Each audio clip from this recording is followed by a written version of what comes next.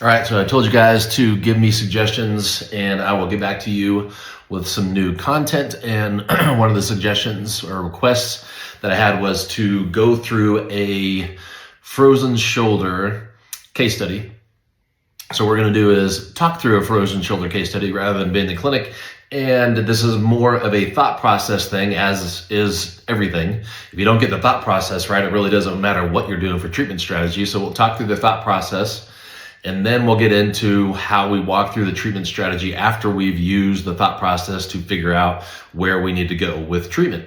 So a lot of patients with frozen shoulder actually come in and don't have frozen shoulder. They have something else. So first we need to find out if they have frozen shoulder. So this kind of depends on, did they get online and diagnose themselves with this? Is this their neighbor that had frozen shoulder and told them that's what they have? Is this they went to a physician and they actually diagnosed them with that? So when we do our evaluation, we're going to do active range of motion. So let's say active range of motion looks like this, and active range of motion looks like this, and active range of motion looks like this and looks like this, okay? So we know they lack range of motion. Why is that? Okay, so it could be from frozen shoulder, but don't jump on that, because remember, frozen shoulder doesn't cause itself. So the root cause of shoulder pain and lack of range of motion is never frozen shoulder. Okay, but we still need to figure out if this is some type of capsulitis issue, because that might limit what we're going to do when we get into our treatment. So I'm going to put them down on the table, and then we're going to check passive range of motion. So passive, if active range of motion was here, but passive range of motion is there, and active range of motion was here, and active was here, passive is here, full internal and external, they just have pain at the end range. That's not capsulitis, that's not frozen shoulder, okay? That's a lot of inhibition. So we're gonna go through and just start testing things and reversing inhibition. Now, if their passive range of motion is as limited as their active range of motion, and we have a capsular end feel, and we do a couple mobs to see what that feels like, and that feels really tight, we go compare it to this one, which doesn't feel tight, then we know we have a capsulitis problem. So, how do we treat that differently than what we would have treated the painful shoulder, the impingement shoulder, the small rotator cuff tear shoulder, the slap tear shoulder, okay? No different, because remember, the root cause of all of that stuff is the same. We still have to get to neuromuscular inhibition. Once we reverse that, we get motion back. Now we get pressure off of the capsule. We get pressure off of the labrum. We get things to equal out. So now we have normal joint kinematics instead of jamming up into impingement. So with the frozen, so now let's say we did have equal lack of passive as active range of motion and the capsule's tight. So if I can't get them past here, I can't do a lot of my NFTs up through here. If I can't get them rotated past 20 degrees, internal, external rotation, I can't do a lot of my NFTs. I need to be able to do those. So what am I gonna do?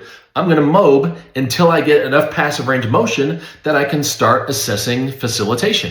So I'm gonna inferior glide mob to get more flexion and abduction. I'm gonna anterior glide mob to get external rotation, and we need external rotation to get flexion, abduction, and flexion. So I'm gonna get as much passive range of motion out of mobs as I can. Then I have to go clean that up. So here's the difference between 180 and conventional. So when I was doing conventional PT, when I got out of PT school, I would mob the crap out of people. They'd get better range of motion, and I would say, okay, cool, let's go try to do some active range of motion. That would cause them pain. The mobs that I put them through would cause them a little bit of pain. So then I would put them on stem and either ice or heat in abduction. Did I fix their problem? No. Did I give them short-term increased passive and active range of motion? Yes. That they're gonna lose within an hour of leaving? Yes. Did I give them a whole bunch of stretching crap to do at home? Go in the corner and stretch and lean up against the door and stretch and lay on your side and do all this garbage? Did that help them? No, that made their problem worse, because now we're causing more inhibition and never still getting to the root cause that brought them in the first place, okay? So that's why conventional physical therapy gets totally sidetracked.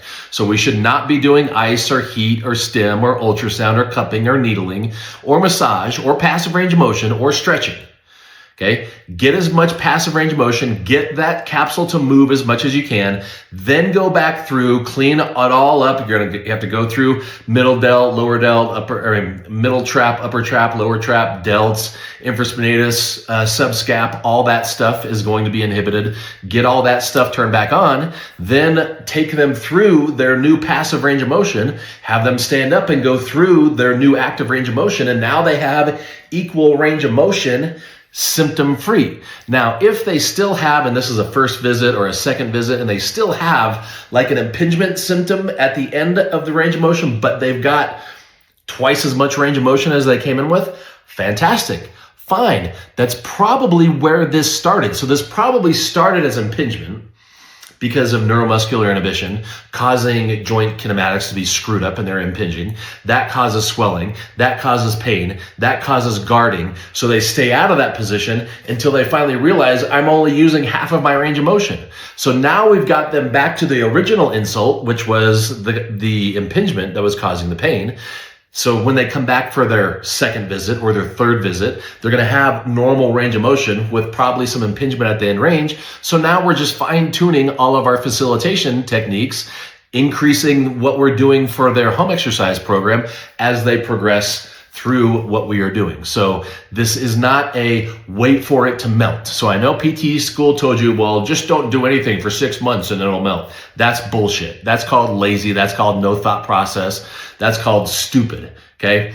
This didn't need to be something that takes 6 months. If you know what you're doing, if you can get to the root cause. Now, if you're doing mobs and stretching and heat and ice and cupping and needling, yep, it's going to take 6 months. Okay, so it astonishes patients when they come in and say, well, I have frozen shoulder, Dr. Google said, or my general practitioner said this is going to take 6 months. And I said, no, it's going to take about 6 minutes for me to get some motion going. And then it's going to take me about 16 more minutes to get you to get motion going. And you're going to walk out of here with pretty decent motion. And they're totally mind blown because nobody ever thought to sit back and think about root cause, implement critical thinking, and use neuromuscular physiology to their advantage. Conventional physical therapy just violates neuromuscular physiology. Okay, so hopefully that walked you through a frozen shoulder patient. So first, make sure they lack range of motion because of capsulitis. Get the capsule to move as much as you can, then refacilitate everything that's inhibited, which is going to be quite a bit, especially depending on how long they've been putting up with this and how much range of motion they were lacking when they come in. But you should make huge gains in active range of motion and function by the time they leave in a half an hour, because you should only take a half an hour to get to root cause and reverse it rather than waste their time chasing symptoms for an hour. So if you've got questions on that thought process or what I covered there, make sure you post those questions in the comments down below. And if you have another idea for another case study or subject that you want me to cover, also put that in the comments below.